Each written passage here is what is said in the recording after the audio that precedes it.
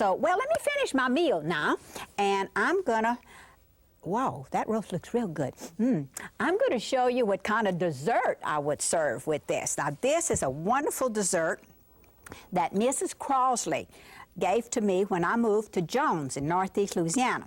Of course, I was so depressed, and I was down in the dumps, and I mean, I was very upset because I had left all my Cajun friends, my family, and I was upset because it's so different up there. There were no Cajuns there, just my sister-in-law and I. And so I cried once a day, all day long, me and my little 4-year-old boy. But we lived through it, and we learned to like it.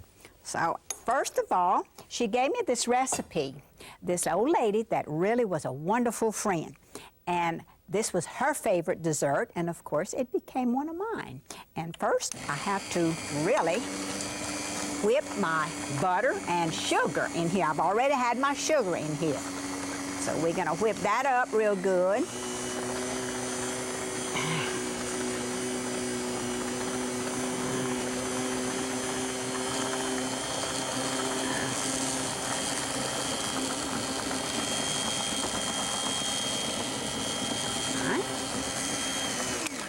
After I've done that, I have to add my eggs. Ooh, I'm a messy cook, but all good cooks are messy cooks. Remember that. So you got to be messy to be a good cook.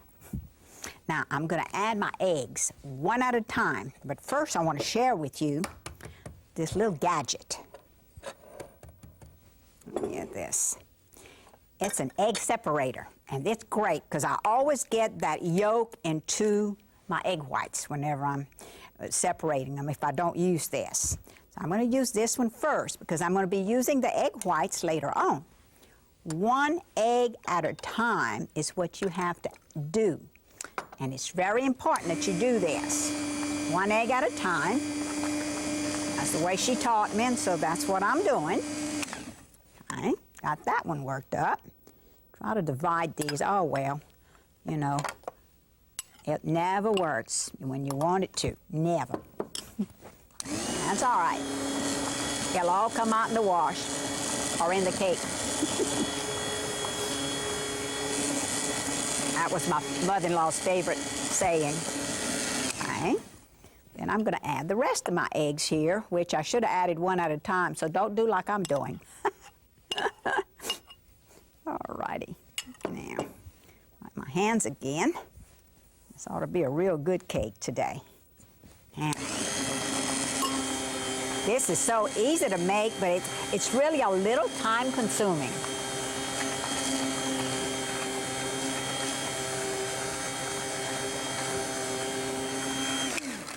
All right, that's done.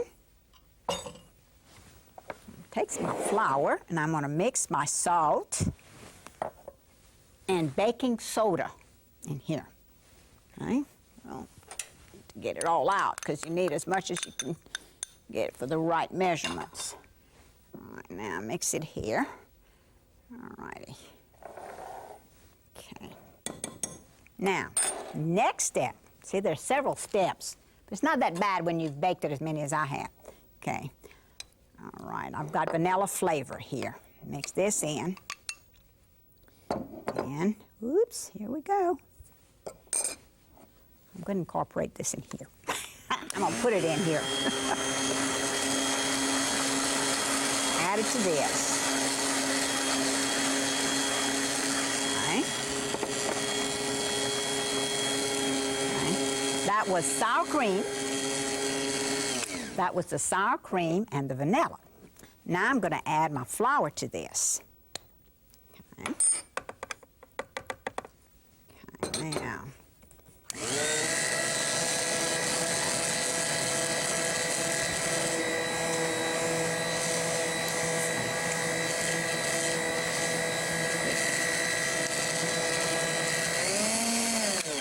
Now to this, you have to fold some egg whites in here. So you fold these gorgeous egg whites that I've already beaten into here. Fold it up real good. You put it in a pan and you bake it at 300 degrees for about 1.5 hours, and it should come out looking just like this. gorgeous, and it is delicious. I'm going to show you what salad I'll be fixing with this wonderful meal. This is my daughter Barbara's salad. Barbara's not the cook in the family. She doesn't like to cook, but she is a good cook when she does cook. And she came up with this salad. Of course, I've already fixed some of it in here for time element. And this is what she uses, the romaine lettuce. And you just cut it up. It's so easy. Just cut it up with your hands. You throw, Cajuns throw everything in, your tomatoes in here with, of course, your purple onions. Yeah, very good. All this in here. Then what you add, this is the special ingredient, some more little old mandarin oranges. That's what it's called, a mandarin orange salad. Very good. Add that to this, of course. Now, I want to show you something special.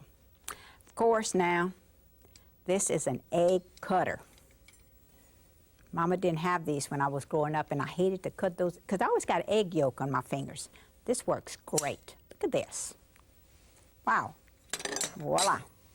Just perfect slices. See? It's just beautiful. Now, to all this, we're going to add poppy seed dressing. I didn't make this, but of course the one that you make is it's real good. But of course I didn't take the time to make this. I just purchased it at the store. So then you toss all this together, and honey, it is just great. Now, oh, this looks so good. I tell you what, that roast has been looking at me long enough. I am going to just go ahead and I'm going to set my plate. I am going to enjoy this rice and gravy because it's not only my family's favorite, it's also one of mine. And it's what I grew up on, roast, rice, and gravy. So I'm going to set my plate now.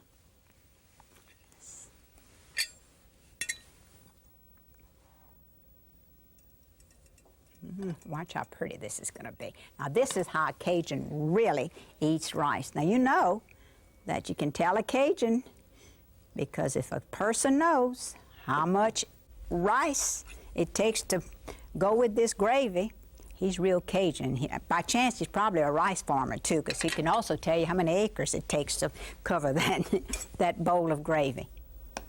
Now, put my potatoes in here.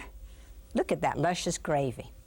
That's really, that's a Cajun dream. Very good. So this is real good gravy, but make sure you make that gratin.